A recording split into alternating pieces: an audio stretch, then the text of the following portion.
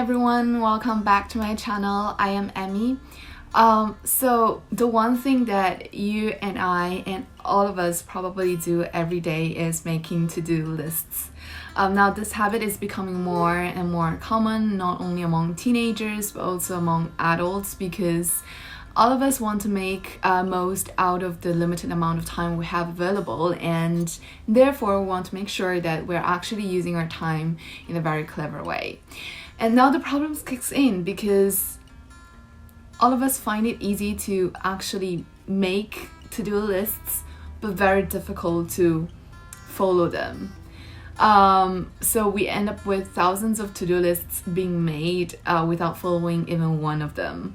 And I am here to help you to make effective to-do lists. So I'm going to share with you some of my tips and advices on how to make effective to-do lists, and hopefully this video can help you to enhance the habit and the way you make to-do lists and therefore your time management.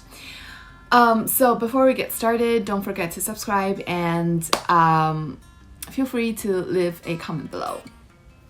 So before actually jumping on how to make to-do lists, I think there is one thing that we must all understand, and that is the fact that even though the structure and the layout of the to-do lists do exert certain influences on the likelihood of us in following it, but the majority of the likelihood still lies on ourselves. So if your mind decides to be lazy and do nothing, even if you make the most beautiful to-do list in the world, it's gonna be of little help. So before continuing to watch, I hope you can take some time to reflect upon your own studying habit and method. So understand in which part of the day your mind is most energized and effective to work, and in which part of the day your mind is the least effective in working. So understanding this can be very helpful to help you to, make effective to-do lists. So now let's compare the two to-do lists below.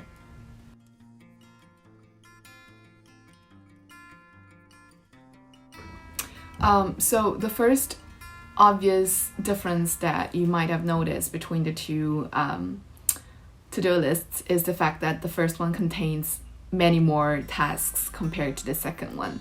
Now there is not a fixed amount of tasks that you should put in a to-do list. It really depends on what you have to do that day and your own ability. And the point I want to make here is that when making effective to-do lists, quality is always over quantity. So you don't want to put like 10 tasks in a to-do list just to make it seem fancier if you cannot finish them, because if you make a to-do list really long and unrealistic and you cannot finish it and you cannot finish the tasks, your mind would register the idea that, well, it's not possible to finish your to-do lists. And this would eventually become a self-fulfilling prophecy in the future, and causing you to never being able to finish to-do lists. So a lot of times people grudge on not being able to finish a to-do list and just and blame on their ability. But a lot of times it's not because of them not being able to finish a to-do list. It's really because the to-do list is just so long that it cannot be finished in a reasonable day. So when you're making a to-do list, don't think that more is more. Sometimes less is actually more. So don't just make it long to make it seem fancier. Actually consider your own ability before going on and planning on how many tasks you have to complete that day. So less is more. If you can for example, complete 5 tasks a day, and you can actually tick all the boxes. That would actually give you a little bit more confidence in that you can actually finish a to-do list. So spurring you and motivating you to do more the next day. So that's kind of the circle, right? If you start with a really long list and you cannot finish it, that sense of failure keeps kicking in your mind and actually spurring you not to finish the list the next day as well. So if you make a reasonable list and actually finish all the tasks on it, your mind will think, oh, actually I can do this. And this is again a circle that keeps you moving in the future. So the second difference you've probably noticed is the preciseness of the two to-do lists. So the first one is really just a series of bullet points, while the second one is a more detailed plan. The thing is, if you do not have an exact idea of when approximately that task is to be completed, it's probably never going to be completed. So giving yourself and your mind an idea of when you should complete a task can be very powerful in spurring you to complete it.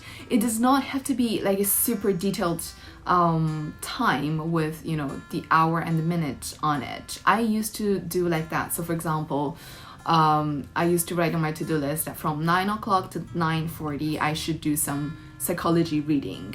Well, that works well, but it can create anxiety sometimes if I am not able to, follow that specific time plan. So now I have kind of adapted myself to this sort of morning, afternoon, and evening plan.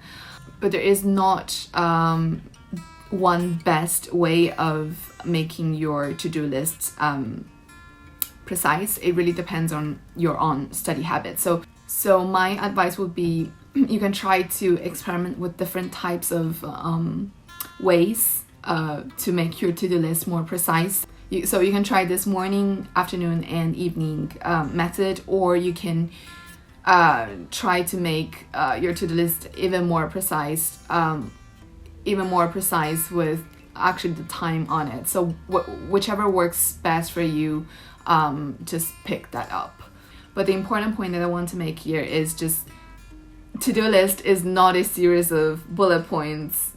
Those series of bullet points are the least effective things that you can have in your room. So try to avoid those sort of generic to-do lists and make your to-do list more precise. That really increases the likelihood of you following it.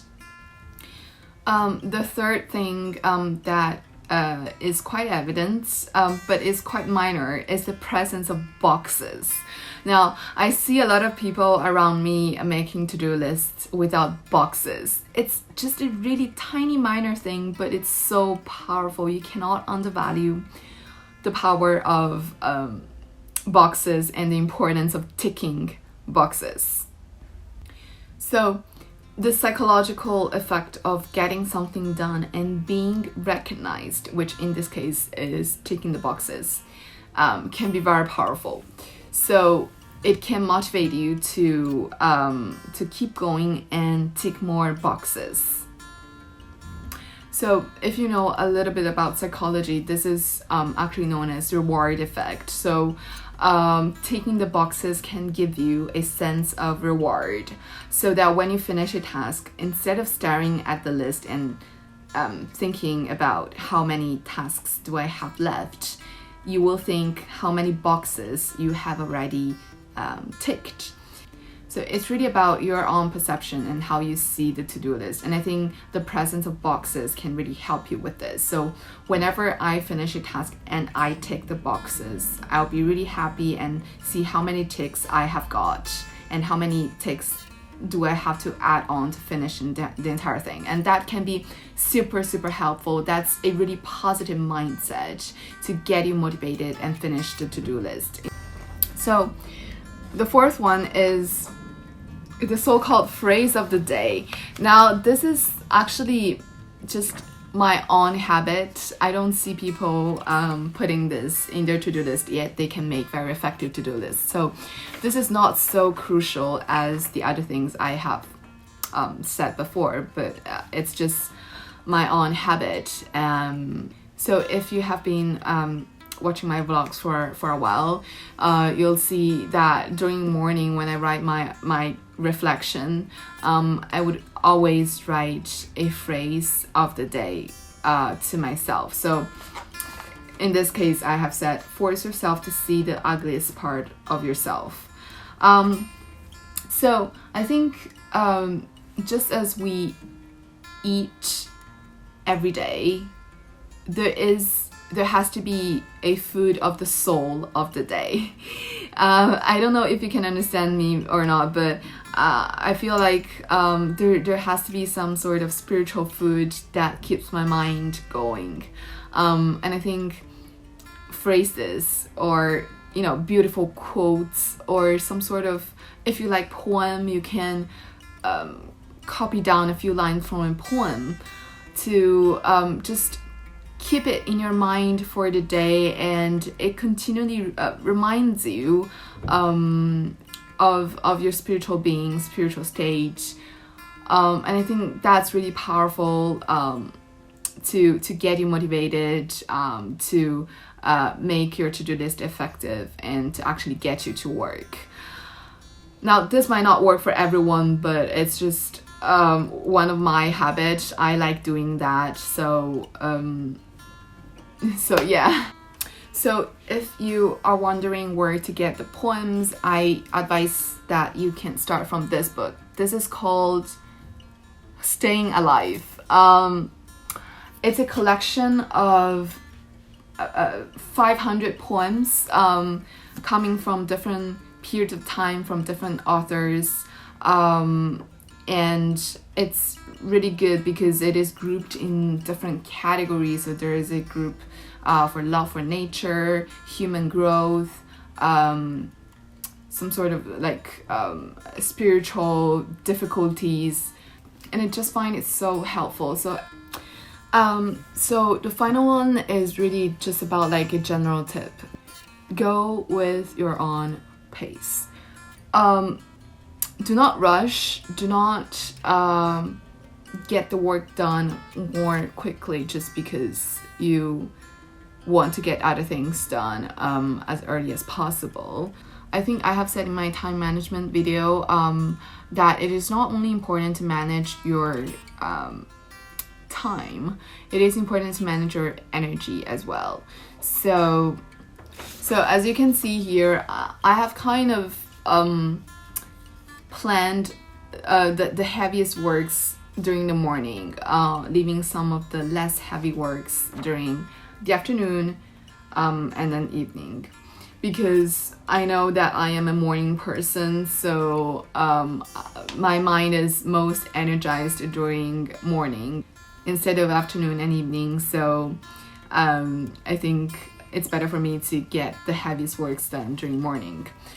Know yourself is really important as a ingredient of making effective to-do lists. Don't imitate other people's to-do lists. I think this is one of the most stupid thing you can ever do in your life, because each of us is different. We do not live in the same way, so there's really no point of copying other people's to-do lists. So there is not one single best to-do list in the world. The best one is the one that is most adapted to you. So I really hope this video has somehow answered some of your inquiries and questions about how to make effective to-do lists. It takes practice to make effective to-do lists because it takes time to actually for you to know how your mind works.